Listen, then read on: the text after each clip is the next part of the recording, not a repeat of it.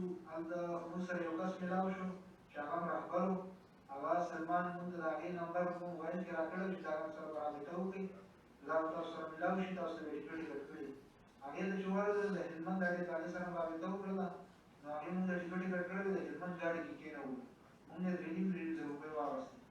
حرکت یې راکړو هلمند ته. هلمند ته چې ورسېدو هلته یو بل نمبر موږ سره و چې هغه موږ ته عبدالبصیر ملا راکړی، چې هغې کې موږ سره هغې سره رابطه وکړه. نو هغه یې هوټل والا موږ ته راغی، موږ یې بوتلو عاجز په نوم باندې هوټل و، هغې کې کېنولو، او تقریبا دا شپه موږ د هلمند په دې ګاډي کې وکړه لاره کې. سهار 9-9:30 بجې موږ هلته ورسېدو. نو بیا هلته موږ ته 10-10:30 بجې موږ ته حرکت راکړ، د لشکرګاه په لور باندې د بلډر ګاډي کې کېنولو، د هوټل والا عاجز هوټل والا، او حرکت راکړو د لشکرګاه په لور طرف باندې. او هلته چې ورسېدو سرحد ته نږدې کړو، نو تقریبا 3.5 ګنټې مزل موږ باندې وکړو. بیا هلته یو ډبل کیبل ګاډی و چې موږ سره چې دی هلته په هغه ګاډي کې تقریبا چې 14-15 کسان موږ ګاډي کې وو، او موږ 4 په دې ګاډي کې ناست وو. هغه نور مسافر وو او موږ هم په هغې کې شامل موږ ناست وو. نو موږ ته بیا حرکت راکړ د سرحد په لور باندې. سرحد کې چې دی هلته موږ چې ورسېدو تقریبا چې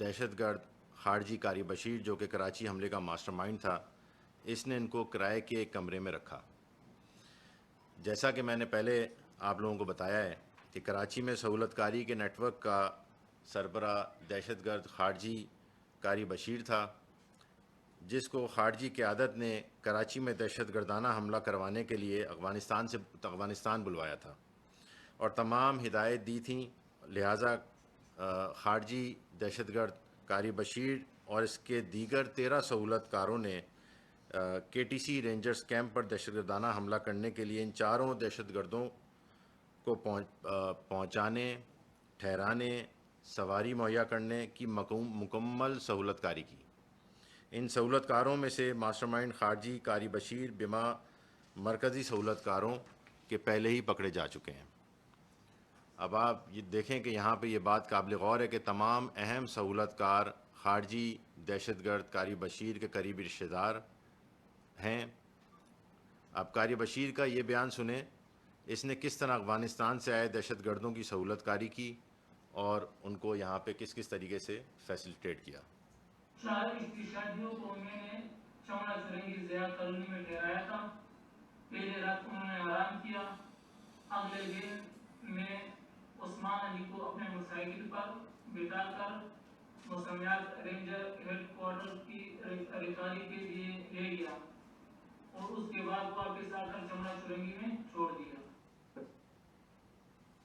اس کے علاوہ ہم نے خارجی دہشت گرد قاری بشیر سے وہ ویڈیو ریکارڈنگ بھی برآمد کی جس میں 2 دہشت گرد حملے سے پہلے دہشت گردوں کی دہشت گردی کی تیاری کروا رہا ہے۔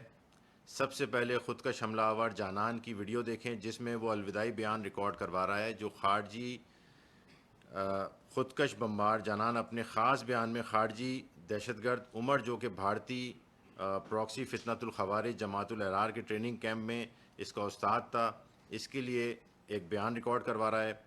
اور خارجی دہشت گرد عمر نے افغانستان کے صوبے ننگرہار اور لال پورہ دہشت گرد کیمپ میں دہشت گردوں کی مکمل ذہن سازی کی تھی۔ یہ ویڈیو کلپ آپ دیکھیں۔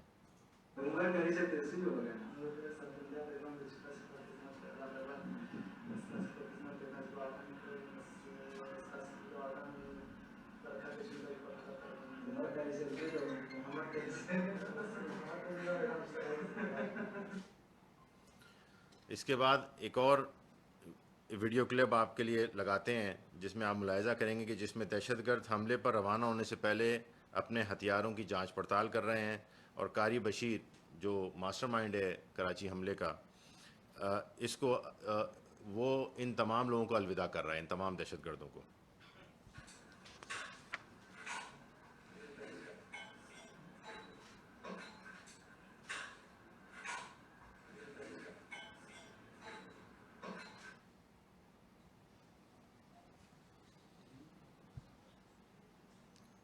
اب اس کا جو آخری چیپٹر ہے اس کے بارے میں آپ کو بتاتا ہوں، جس میں اسلحہ، ایمونیشن، خودکش جیکٹیں دہشت گردانہ حملے میں استعمال ہوئیں، وہ کراچی تک کیسے پہنچیں۔ اس بارے میں آپ کراچی حملے کے ماسٹر مائنڈ قاری بشیر کے اس بیان کو سنیں تاکہ آپ کی کلیئرٹی آئے کہ وہ کس طرح سے یہاں پہ اسلحہ لے کے آئے۔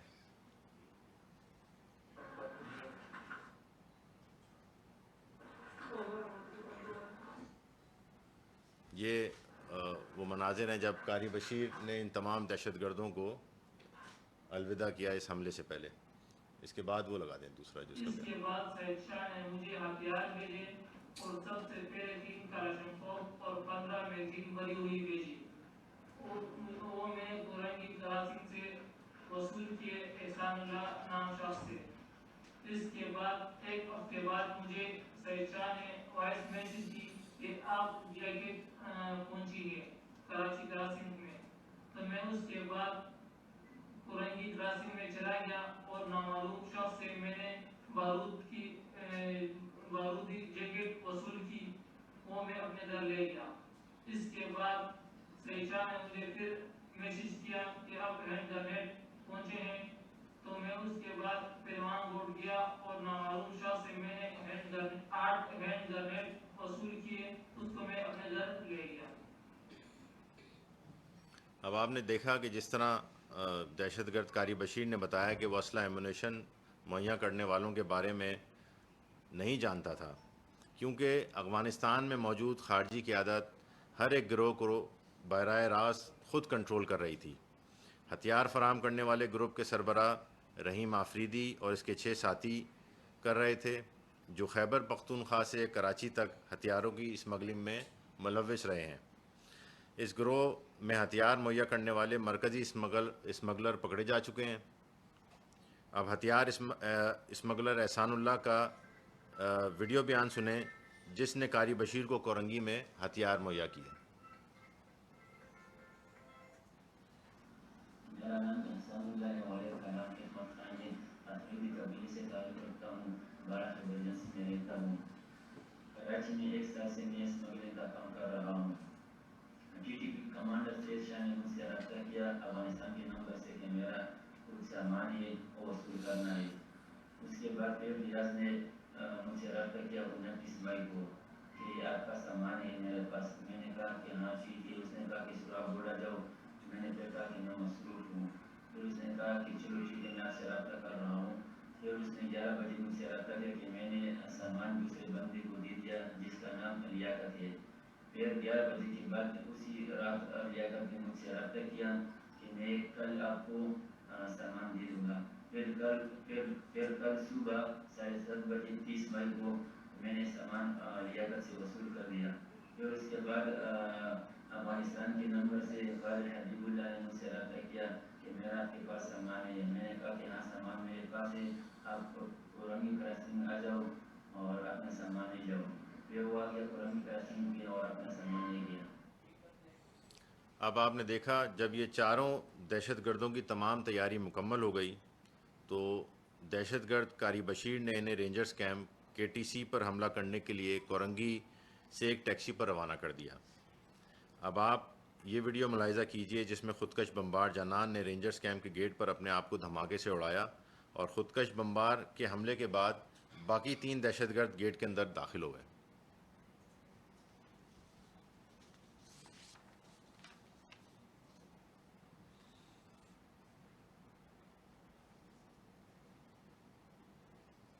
یہ خودکش بمبار اندر داخل ہو رہا ہے، آپ کو نظر آ رہا ہے، یہ سرکل کیا ہوا، اس نے اپنے آپ کو دھماکے سے اڑایا۔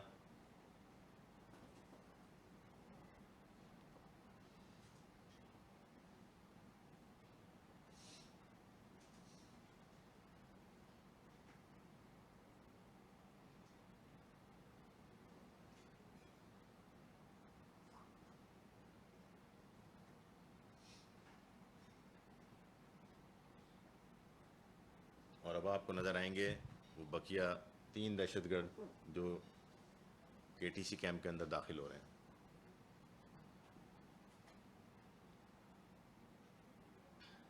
یہ پہلے 2 داخل ہوئے اور یہ پھر پیچھے سے تیسرا دہشت گرد اندر داخل ہو رہا ہے۔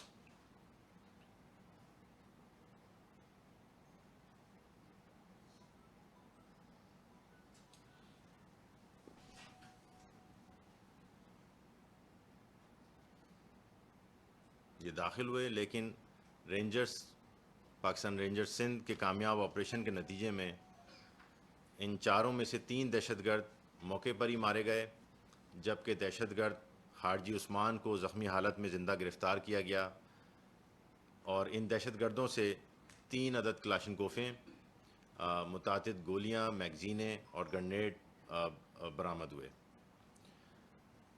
اس تمام کارروائی کے حملے کی منصوبہ بندی کرنے والے تمام لوگ افغانستان میں ہیں اور افغان سرزمین پاکستان میں دہشت گردی کے لیے استعمال ہو رہی ہے۔ دہشت گردوں کے لیے محفوظ پناہ گاہیں افغانستان میں موجود ہیں، جہاں پر افغان باشندوں کو مکمل منصوبہ بندی اور تربیت کے بعد کراچی میں حملے کے لیے بھیجا گیا ہے۔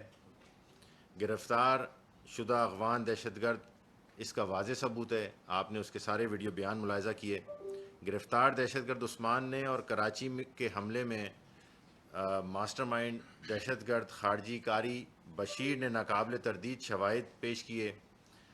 افغان سرزمین میں بھارتی پراکسی فتنۃ الخوارج تحریک طالبان پاکستان اور فتنۃ الخوارج جماعت الاحرار کے تمام دہشت گرد حملوں کے لیے ایک محفوظ پناہ گاہ کے طور پر استعمال ہو رہی ہے، بلکہ سب سے زیادہ خطرناک بات یہ ہے کہ ان دہشت گرد حملوں میں افغان باشندوں کو استعمال کیا جاتا ہے۔ تو یہ تمام کارروائی تھی جو آپ کے سامنے رکھی گئی ہے، اور اس کے بعد کی پروگریس جتنے آئی بی اوز کیے گئے پاکستان رینجر سندھ نے اور باقی لا انفورسمنٹ ایجنسیز نے، اور ان تمام اس پورے نیٹ ورک کو بے ناکام کیا۔ تو کوشچن آنسر کے لیے سر یہ بتائیے گا کہ افغان باشندوں کے خلاف جو کراچی میں مقیم افغان باشندے ہیں ان کے خلاف آپریشن بھی کیا جاتا ہے، انہیں جو ہے وہ گرفتار بھی کیا جاتا ہے، لیکن اس کے باوجود ہم دیکھ رہے ہیں کئی کتنے ہی لوگ اپنی یہاں پر پناہ لیے ہوئے ہیں۔ تو سر یہ کب تک پورا آپریشن کلیئر ہوگا؟ کیونکہ کئی عرصہ ہو گیا ہم یہ سن رہے ہیں کہ افغان غیر مقامی جو باشندے ہیں ان کے خلاف آپریشن ہو رہا ہے۔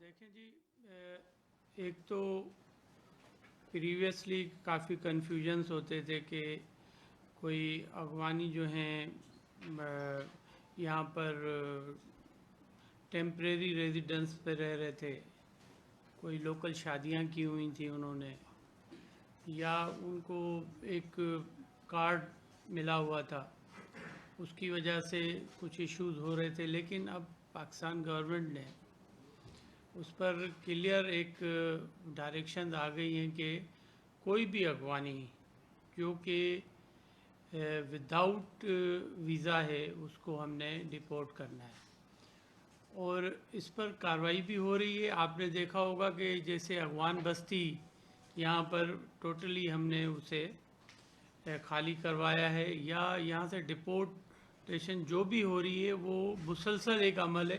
آپ سمجھتے ہیں کہ پرابلم یہ ہے کہ یہاں پر پشتون کے روپ میں افغانی آ جا رہے ہیں، جس کی وجہ سے ڈسکرمنیشن ہم بھی نہیں چاہتے۔ ہم نہیں چاہتے کہ پاکستان کا جو سٹیزن ہے اس کو کوئی وہ deprive who in the shape of Afghani. تو اس وجہ سے تھوڑی سی پرابلم ضرور ہیں، لیکن یہ قطعی حکومت کا، سندھ حکومت کا اور پاکستان حکومت کا اور لا انفورسمنٹ ایجنسیز کا بالکل کلیئر اسٹانس ہے کہ افغانیوں کو ہم نے یہاں سے ڈپورٹ بھی کرنا ہے، اور اس کے علاوہ یہاں پر جو ہماری لاسٹ میٹنگ ہوئی ہے اس میں طے یہ بھی کیا ہے ہم نے کہ ان کے خلاف ہم پھر قانونی کارروائی کریں گے اور کورٹ آف لا میں جائیں گے، تو اس میں آپ کو پتہ ہے کہ 10 سال سے زیادہ سزا بھی ہے، ان کی طرف بھی ہم جا رہے ہیں۔ اچھا، سب سے پہلے میں سندھ حکومت، سندھ پولیس کے ریجرز کو مبارکباد پیش کرتا ہوں کہ ایک دہشت گردوں کی جانب سے جو حملہ کیا تھا اس کو اس طرح کیس کو کریک کیا گیا اور مرکزی سہولتکار اور دہشت گردوں کو گرفتار کیا گیا جو ہماری سرزمین پر موجود ہے۔ پاکستان کو نہ صرف بیرونی بلکہ اندرونی طور پر بھی دہشت گردی کا سامنا کرتے رہنا پڑتا ہے، اور اس کا جواب بھی اسی طرح منہ توڑ دیا جاتا ہے۔ ہر حملے کا کوئی نہ کوئی موٹیو ہوتا ہے۔ میرا آئی جی سے جاوید عالم ملو سے سوال ہے کہ یہ جو دہشت گردانہ حملہ ہوا تھا اس کے پیچھے دہشت گردوں کے مقاصد کیا تھے؟ جی، بڑی مہربانی آپ کی۔ جو آپ نے بات کی اس سلسلے میں پہلے سی ڈی ڈی سندھ کی ایک کارکردگی بھی ہائی لائٹ کرنا چاہوں گا۔ اس سال ٹوٹل 7 اس بشمول یہ جو واقعہ ہوا، انفارچونیٹ انسیڈنٹ ہوا، 7 انسیڈنٹ ہوئے، جبکہ پچھلے سال 37 انسیڈنٹ ٹوٹل ہوئے تھے۔ تو اللہ کے فضل سے 78% ڈکلائن ہے ٹیرر کے ایکٹس میں، اور اس کے علاوہ جو پکڑے گئے ہیں، جو انہوں نے کام کیا ہے 770 سے زیادہ آئی بی اوز کر کے، تو اس میں 4 اسی طرح کے دہشت گرد جانم حاصل ہوئے، اور تقریباً 75 کے قریب وہ گرفتار ہوئے۔ تو بہت سے اس طرح کے کیسز اوٹ ہوئے۔ اب میں آؤں گا آپ کے سوال کے جواب میں کہ ظاہر ہے اس کا مقصد کراچی میں ایک دہشت گردی کی فضا پیدا کرنا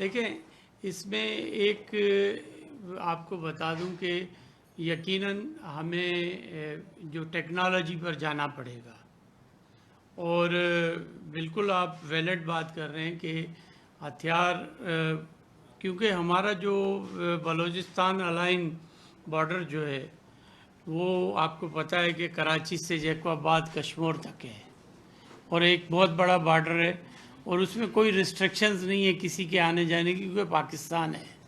اور بلوچستان میں جو کہ انسٹیبلٹی ہے اس کو بھی دیکھیں، اور اس کے بعد اگر ہم پنجاب کے اس ایریاز کو دیکھیں جو کہ ڈیرہ اسماعیل خان وغیرہ کی طرف جا رہے ہیں، تو ہمیں واقعی یہ ایشوز ہیں.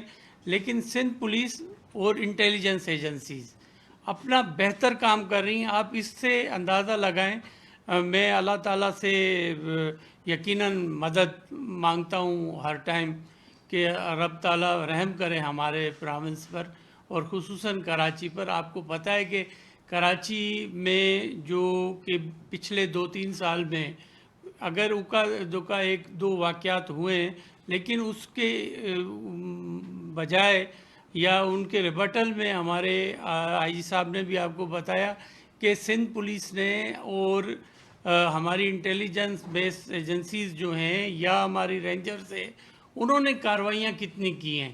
تو یہ بھی آپ کو کریڈٹ دینا چاہیے یہاں لا انفورسمنٹ ایجنسیز کو اور سندھ پولیس کو، رینجرز کو.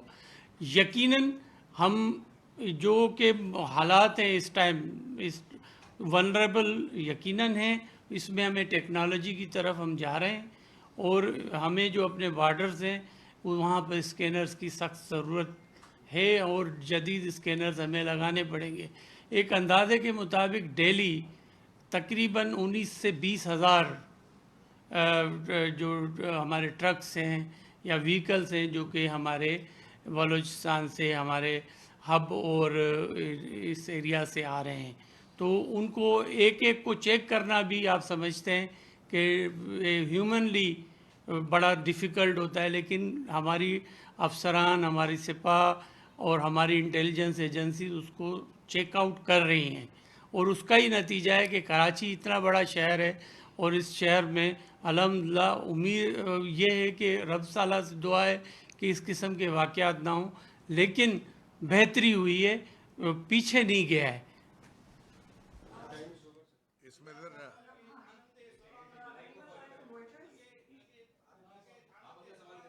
So you're describing a network that allegedly crossed the border, traveled all the way to Karachi, which is again far from the border, obtained a vehicle, obtained explosives, conduct recce, and breached the facility. So even if the planning took place in Afghanistan, the operation was executed within Pakistan.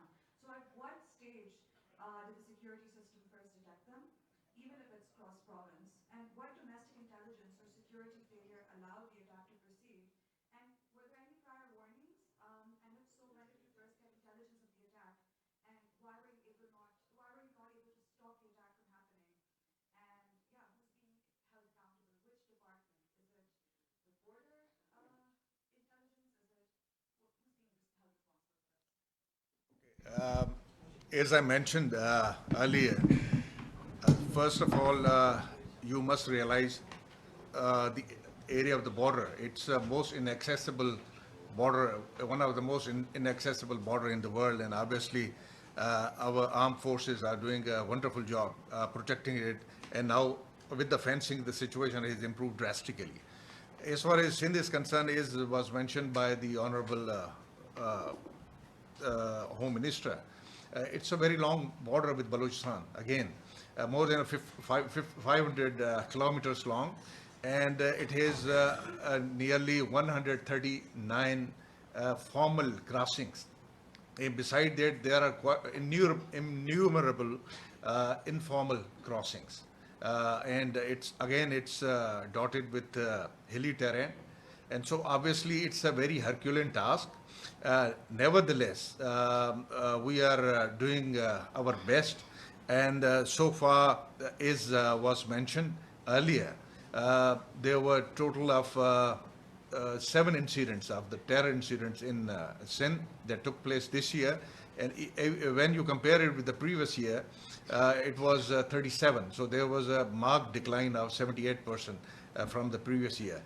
So the CTT is doing a wonderful job, and obviously all other sensitive agencies, law enforcement agencies, as per our expectations, they are doing a remarkable job in obviously controlling this situation. But you must realize those who are from outside the border, mostly lodged in Afghanistan, all those outfits, as well as the proxies supported by different countries, not only we believe the state, but also the India, the hostile agencies and all that. They are doing their best.